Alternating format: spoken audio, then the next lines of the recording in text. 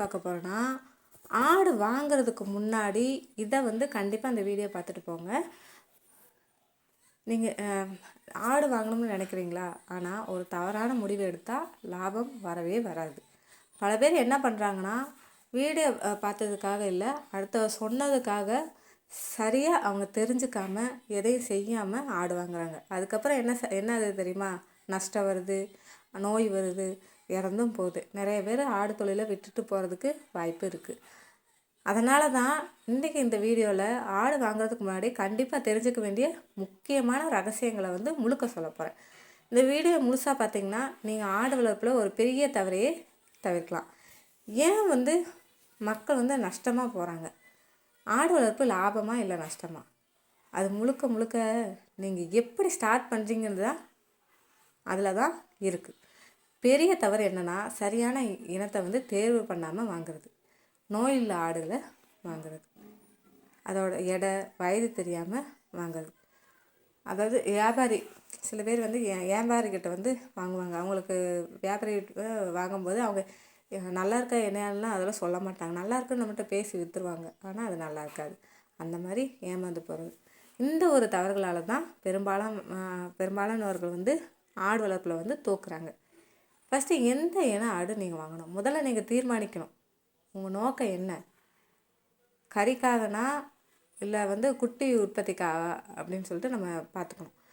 தமிழ்நாட்டில் வந்து நல்ல என்னன்னு பார்த்தா ஏற்கனவே எல்லா விடையும் சொல்லியிருப்போம். சேலம் கருப்பு ஆடு, கன்னி ஆடு, நாட்டு ஆடு.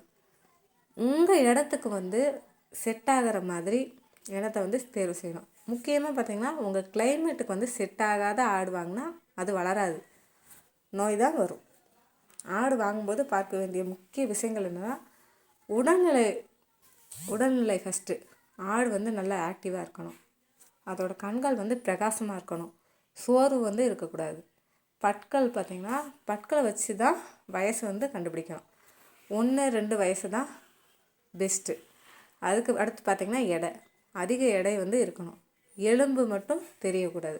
அடுத்து தோல் முடி, மென்மையான முடி இருக்கணும், காய் இல்லாமல் இருக்கணும், நல்லா ஷைனிங்காக இருக்கும். பார்த்திங்களா? அதுக்கு நான் அதையும் பார்த்து தான் வாங்கணுங்க, ஏன்னா அதுலேயே வந்து நிறையா இருக்குது. அடுத்து கழிசல் பின்னால் சுத்தமாக இருக்கணும், இல்லைன்னா நோய் வர்றதுக்கு வாய்ப்பு இருக்குது. மூக்கு கண்ணில் வந்து நீர் வந்து கண்டிப்பாக வரக்கூடாது. அடுத்து பார்த்திங்கன்னா ஏமாற்றப்படுறது எப்படி அப்படின்னு பார்க்கலாம். பல இடத்துல என்ன பண்ணுவாங்கன்னா, தண்ணி குடிக்க வச்சுட்டு அதோட எடையை கூட வச்சு காட்டுவாங்க. இது எங்கன்னா நடக்கும்னா சந்தையில் வந்து பெரும்பாலும் இப்படி செய்வாங்க. ஏன்னா சில பேர் வந்து செய்வாங்க. அதாவது நல்லா இல்லாத ஆடை இல்லைன்னா மெலிஞ்ச ஆடை நல்லா தண்ணி ஊற்றி இது பண்ணிவிட்டு அந்த ஆடை வந்து நல்லா இருக்க மாதிரி விற்றுருவாங்க. நம்ம வாங்கிட்டு போய் ஒரு வாரத்தில் தான் நம்மளுக்கு தெரியும் ஆடு வந்து நோயுள்ள ஆடு, நல்லா இல்லை அப்படின்னு சொல்லிட்டு. வயசு குறைஞ்ச மாதிரி சொல்லுவாங்க. அதனால் எப்பவும் ஒரு நம்பிக்கையான இடத்துல இருந்து வாங்குங்க. ஒரே நாளில் வந்து முடிவு எடுக்காதீங்க. நான் இன்றைக்கி முடிவு எடுத்துட்டேன், இன்றைக்கி நான் ஆடு வாங்கியே தீருவேன் அப்படின்னு சொல்லிட்டு தயவுசெய்து அந்த தப்பை வந்து செய்யாதீங்க. தீவனம் ரெடி பண்ணிவிட்டு அதுக்கப்புறம் வாங்குங்க. 2-3 இடம் வந்து பார்த்துட்டு கம்பேர் பண்ணி வாங்குங்க. ஃபஸ்ட்டு எங்கேருந்து வாங்கணும்? சிறந்த இடங்கள்னு பார்த்திங்கன்னா அரசு பண்ணைகள் வச்சுருக்காங்க இப்போல்லாம்.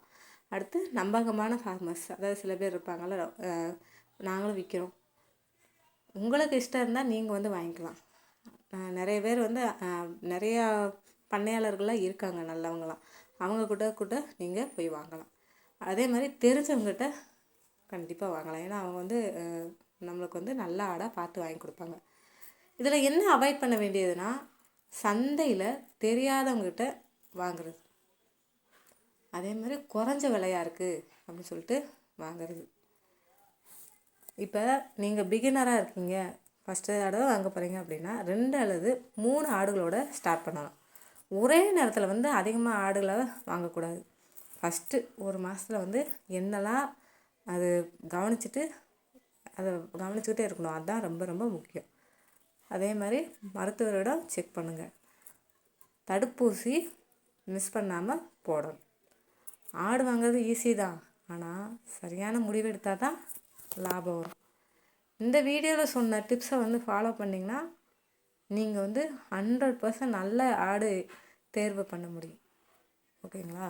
ஆடு வாங்குறதுக்கு முன்னாடி ஃபஸ்ட்டு 2 மாதத்துக்கு முன்னாடியே நம்மளுக்கு இடம் இருக்குது அப்படின்னா அதில் கொஞ்சம் நம்மளுக்கு தேவையான பசுந்தீவனங்கள் வளர்த்துட்டு அதுக்கப்புறம் நீங்கள் வந்து ரெடி பண்ணிவிட்டு அதுக்கப்புறம் ஆடுகளை வாங்கி விடுங்க.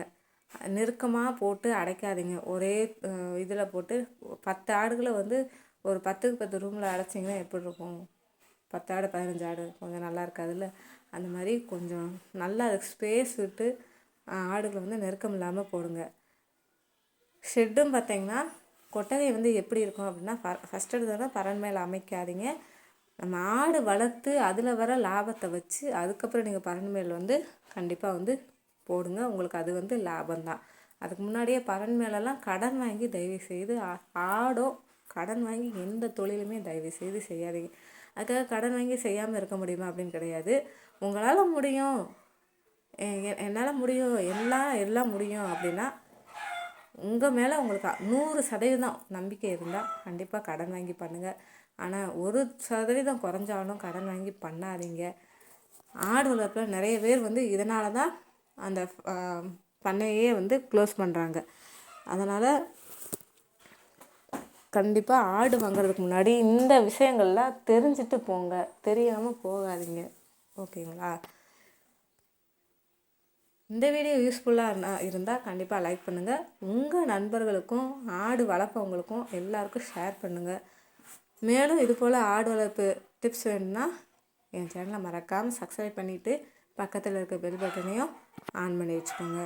அப்படின்னா தான் நான் போடுற வீடியோ உங்களுக்கு நோட்டிஃபிகேஷனாக வரும். ஆடு வளர்ப்பு சம்பந்தமாக என்னென்ன இருக்கோ அத்தனை இதுக்கும் என் சேனலில் வந்து வீடியோ வந்துக்கிட்டே தான் இருக்கும். ஏதாவது உங்களுக்கு வீடியோ வேணும் அப்படின்னு சொல்லிட்டு நீங்கள் நினச்சிருந்தா கமெண்ட் பாக்ஸில் ஏதாவது கமெண்ட் பண்ணணும். சந்தேகம் இருக்குது எங்களுக்கு ஆடு வளர்ப்பில், இல்லை ஆடு வளர்ப்பில் இந்த சந்தேகம் இருக்குது அதுக்கு வீடியோ எடுத்து போடுங்க அப்படின்னு சொல்லிட்டு சொல்லுவீங்கள்ல, அவங்களாம் வந்து கமெண்ட் பாக்ஸில் கமெண்ட் பண்ணுங்கள். நான் அதுக்கான வீடியோவும் போடுறேன். கண்டிப்பாக சேனலை சப்ஸ்கிரைப் பண்ணிக்கோங்க. ஓகேங்களா? அதே மாதிரி நீங்கள் ஆடு வாங்கணும் இல்லை நீங்கள் விற்க போகிறீங்க அப்படின்னா அதுக்கும் வந்து நீங்கள் கமெண்ட் பாக்ஸில் கமெண்ட் பண்ணுங்கள். நான் கண்டிப்பாக அதுக்கும் ஹெல்ப் பண்ணுறேன். ஆடு சம்மந்தப்பட்ட எந்த சந்தேகமாக இருந்தாலும் எப்போனாலும் ஃபோன் பண்ணி கேளுங்க. ஃபோனை ரெஸ்பான்ஸ் பண்ணலை அப்படி சொல்லிட்டு நினைக்காதீங்க, ரெஸ்பான்ஸ் பண்ணுவாங்க.